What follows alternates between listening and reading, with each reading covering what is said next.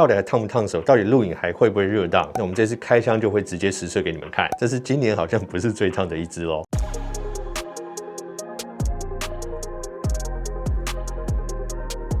大家好，我爹。那 Pixel 8这次全系列的推出那其实一开始看到售价好像觉得有一点点小涨价，但是他们刚推出的时候有这个预购的优惠，要么就是送耳机啊，要么就是送手表，所以在我看这支手机的这个观点，马上要向后拉了一点，因为你手机就是折了6000块，手表折了1万多块，所以变成 Pixel 8它的价位大约是接近2万，然后 Pixel 8 Pro 这一支呢，它的价位是在2万5以下。那这样评断他们的角度其实就有一点不太一样了。那到目前为止呢，我们上手有几天的时间，但是中间有碰到连假，所以测试的时间呢也算是有限。但是我想在这支开箱影片呢，就针对其实最多人问我的一些问题，像是它的拍照的表现到底怎么样，还有它这颗处理器它的发热程度到底是怎么样。那今天我们就维持传统，我们会做一样的发热测试，记录这个过程让大家知道到底它这颗处理器这次热能控制的怎么样。那这次我拿到的是这个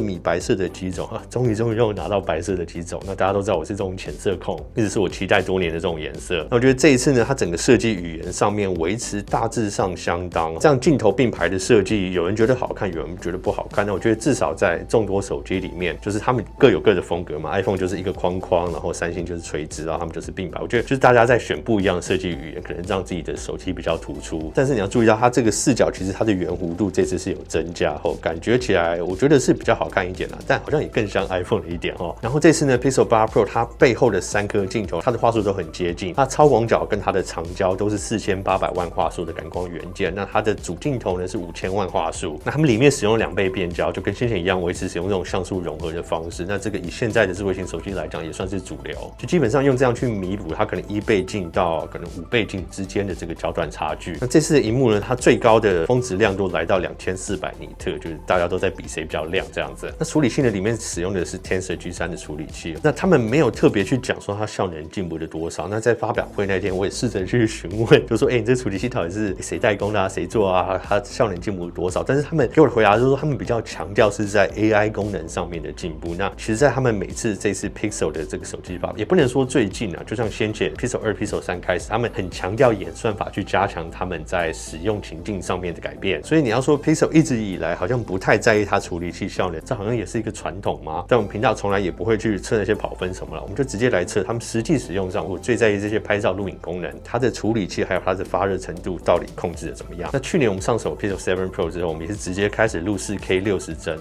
去年很不幸的，他们在 Pixel 7 Pro 的时候，他们录15分钟之后停止录影，但是他说过热。那我记得去年我们好像录完之后，背后测到最高的温度是44、45度。那我们今年就来跟 iPhone 15 Pro Max 一起来录制 4K 60帧，我们录15分钟，但是我后来录到20分钟，我们一样录制 4K 60帧，然后室温在26度左右，同样把它萤幕开到最亮，开启飞行模式。然后 iPhone 15 Pro Max 它是 iOS 17.0.3，但是那台 iPhone 15 Pro Max 就是里面账号全部清空重置过，里面没有任何的档案。那对比的 Pixel 8 Pro 呢，它是最新的 Android 版本，那里面有我自己 Google Pixel 的账号都已经关在里面。那我们就来看一下，在一开始起始的温度 Pixel 8 Pro 稍微高那么1咪咪，而且是在充电口附近，那可能是我有刚刚充电完啦，但是我觉得那个温度差距算很小。那我们拍摄1分钟 4K 60帧，大概1分钟不到开始 iPhone 15 Pro Max 的温度就开始超越。那我们这个温感侦测它会自动先测出一个最高温，它现在侦测到所有场景里面的最高温的地方，所以它就直接跳过去。那再来就是维持这样的状态，那中间一路温差来到6度到7度左右，但是后来慢慢的这样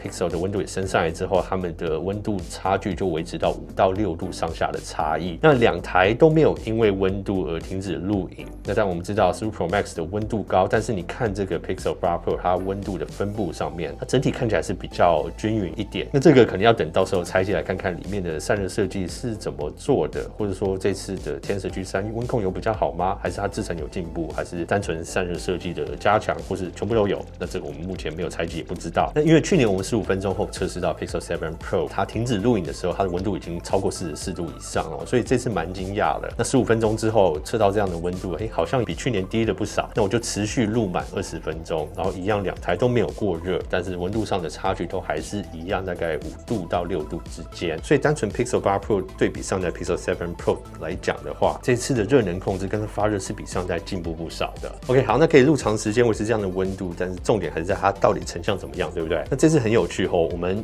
在一些照片看到 iPhone 它往讨喜的方向走，但是 Pixel 的照片的成像，其实我们知道一直以来它的 AI 记录都不少了。那他们还可能在你拿到手机之后呢，可能透过一些对相机软体更新演算法的更新，改变你照片的成像。那至少在 Pixel 的过往，他们都有这样的惯例，可能会做这样的升级或增加一些 AI 的功能。iPhone 来讲呢，它的网力大致上它的怎么角色或它的成像是怎么样，在它手机出厂之后，基本上都不太会做改变除非有碰到什么很大的 bug 才会推出更新去针对那些 bug 修正。但是你说这些肤色演算法成像，基本上他们的网力来讲都不太会再去改变它。所以我们这边对比就是在2023年10月当下的这2只手机的演算法的成像。那白天上面的表现，我觉得都是很棒的，色调上面有一点差异，那这边就是我觉得偏好的问题。那我们来看看肤色的地方，你可以看得出 Pixel 针对人脸上面的优化那可能在我们现在审美观上面都是看是你喜欢偏黄的肤色还是偏白的肤色，感觉哪样比较讨喜。那这2间都是美国公司可是 Pixel 他们在进来的功能常常去强调，他们会针对不同人种的肤色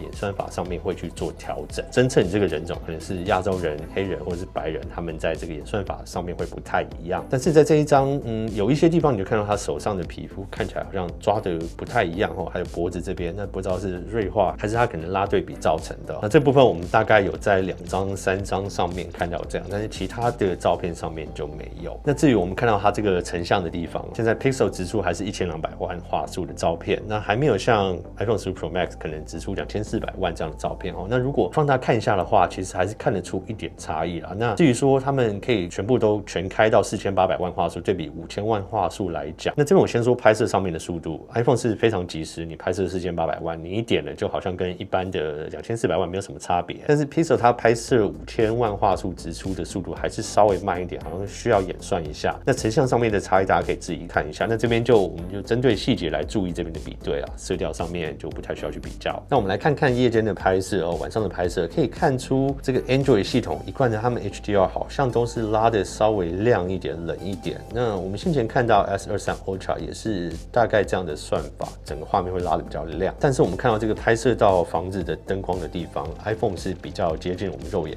所看到的。那我们会以为说好像夜拍应该就是这样 ，iPhone 就是接近肉眼看到，但是我们到拍摄这个花跟树叶的时候，那我当时其实要测试的是近拍的距离。那 Pixel 它近拍的距离比较近一点，但是在比对照片的时候，意外看到他们这个演算法的差异。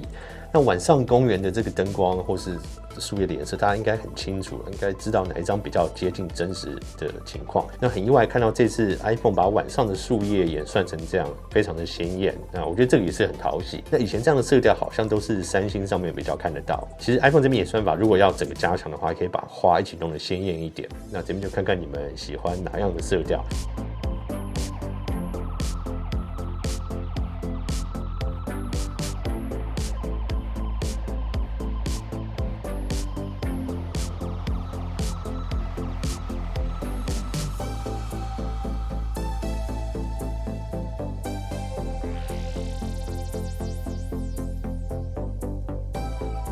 那在我们可以看到夜间录影上面的话，它也是色调和亮度并不太一样。那这2家的这个夜间录影的算法，我看起来其实表现都算是非常的好，那就让大家自己看，觉得差异是怎么样。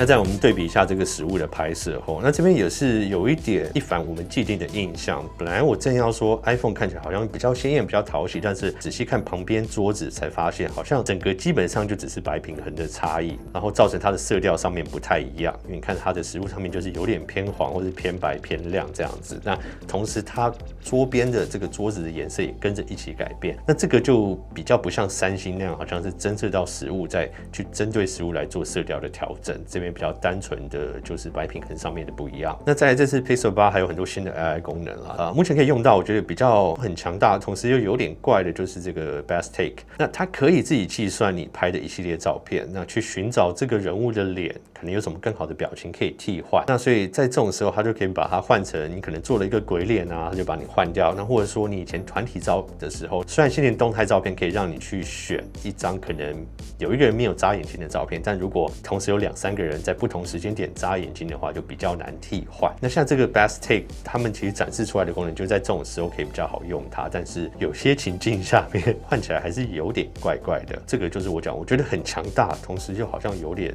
觉得奇怪。那其他更多的功能我们会等它在更新全部出来之后，一次针对它这一些 AI 的功能来做测试。最需要强调的应该就是夜间拍摄影像的这个功能。据他们发表会讲说，他们会针对很多复杂的光源，用 AI 去计算夜间录影的时候怎么去调整它的影像的亮度。一切都要等我们实际上手测试之后，才能跟大家分享说，这个功能到底是这么厉害呢，还是只是一个噱头？那这次呢，我们快速开箱使用这个 Pixel 8 Pro 的体验。必须说啦，一开始我其实最担心的是处理器的地方，那也是为什么我在发表会那天好像找到机会就想要去问更多处理器的细节。那这也是很多观众他们在私讯我或者是在留言的时候跟我说，希望我针对加强测试的地方。那我们就直接拍摄下来，那大家也看到这样的结果。说呢，这边像是先前 Pixel 6 Pro 有人说，它发热很严重，但是我当时的 Pixel 6 Pro 我自己没有什么碰到，那所以我在拿到 Pixel 7 Pro 的时候，我就针对那一点去做测试。那这次到了 Pixel 8 Pro 呢，也是针对这一点来做测试。那目前看起来它可能针对这个发热的地方，那可能这一次 Tensor 的处理器，我不知道它的效能上面的控制呢，还是它制程上面的进步。那但是我们当然知道，它的效能上面一直不是他们针对要去着重的地方，他们比较在意。像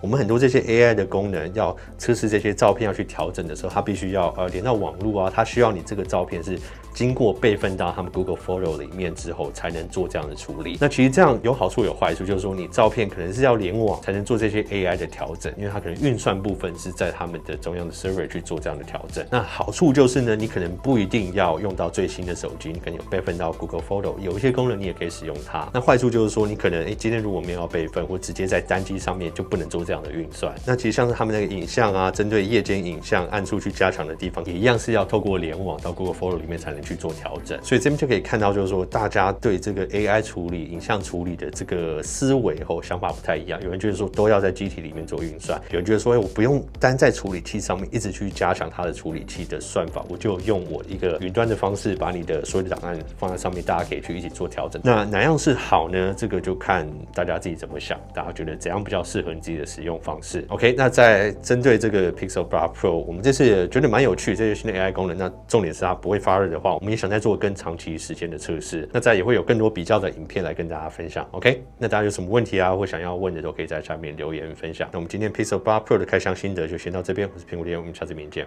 拜。